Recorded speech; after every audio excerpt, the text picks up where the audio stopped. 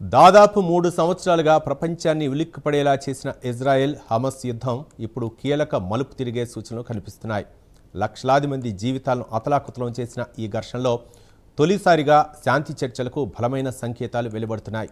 Hamas ఆయుధాలు విడిచిపెట్టేందుకు సిద్ధమని వార్తలు వస్తుండగా గాజా నుంచి ఇజ్రాయెల్ సైన్యం పూర్తిగా వైదొలిగితేనే ఆ ప్రక్రియ ప్రారంభమవుతుందని హమస్ స్పష్టం చేసింది. మరోవైపు అమెరికా అధ్యక్షుడు డొనాల్డ్ ట్రంప్ ప్రతిపాదించిన 20 అంశాల కాల్పుల విరమణ ప్రణాళికపై అంతర్జాతీయ దృష్టి కేంద్రీకృతమైంది. ఈ పరిణామాలు యుద్ధానికి ముగింపు పలుకుతాయా లేక మరో రాజకీయ వ్యూహానికి నాంది పలుకుతాయా?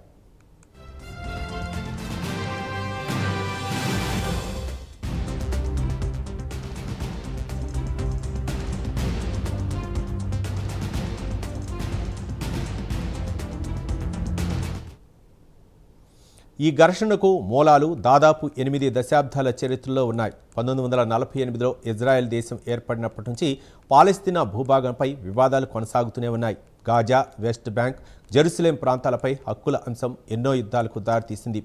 శాంతి ఒప్పందాలు జరిగినప్పటికీ అవి ఎక్కువ కాలం నిలవలేదు.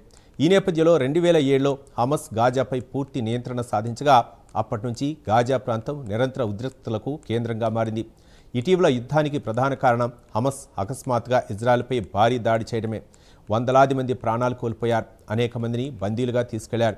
దీనికి ప్రతిగా ఇజ్రాయెల్ గాజాపై భారీ స్థాయిలో వైమానిక దాడులు, భూసైన్య ఆపరేషన్లు ప్రారంభించింది.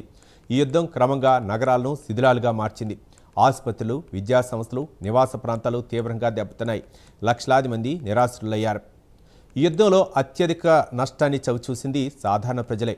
ఆహారం, తాగునీరు, మందులు, విద్యుత్ వంటి కనీస అవసరాలు కూడా అందుబాటులో లేక గాజా తీవ్రమైన మానవతా సంక్షోభాన్ని ఎదుర్కొంది.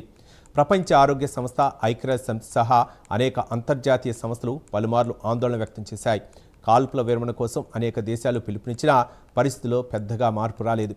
అలాంటి సమయంలో ఇప్పుడు హమస్ ఆయుధాలు విడిచిపెట్టేందుకు సిద్ధమనే సమాచారం వెలువడటం ప్రాధాన్యత సంతరించుకుంది. అయితే హమస్ ఒక కీలక షరతు విధించింది.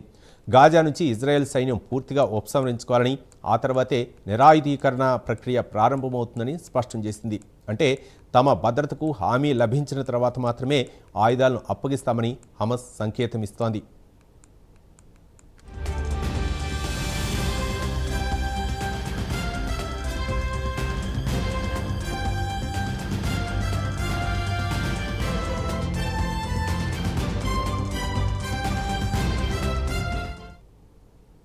ఇదే సమయంలో అమెరికా అధ్యక్షుడు డొనాల్డ్ ట్రంప్ ప్రకటించిన 20 అంశాల ప్రణాళిక చర్చగా మారింది. ఈ ప్రతిపాదనలో హమస్ ఆయుధాలను అప్పగించడం, రహస్య సొరంగాలను ధ్వంసం చేయడం, గాజా నుంచి ఇజ్రాయెల్ సైన్యాన్ని దశల వారీగా ఉపసంహరించడం, తాత్కాలిక సాంకేతిక ప్రభుత్వం ఏర్పాటు చేయడం, అంతర్జాతీయ భద్రతా దళాలను మోహరించడం, అనంతరం గాజా పునర్నిర్మాణ కార్యక్రమాలను ప్రారంభించడం వంటి అంశాలు ఉన్నట్లు వెల్లడింది. ఈ ప్రణాళికలో ముఖ్యమైన అంశం దశలవారీ అమలు.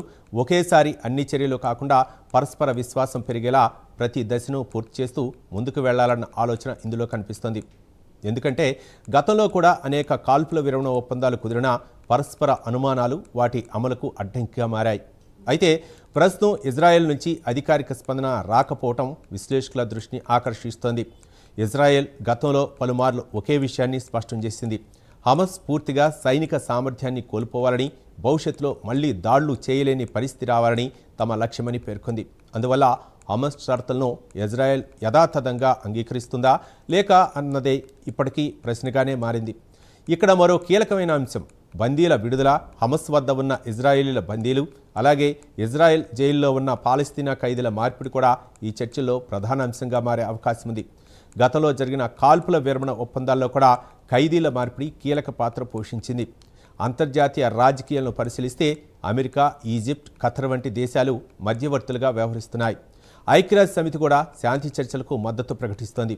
మరోవైపు ఇరాన్, లెబనాన్లోని హెజ్బుల్లా వంటి ప్రాంతీయ శక్తుల వైఖరి కూడా ఈ ప్రక్రియపై ప్రభావం చూపే అవకాశం ఉంది.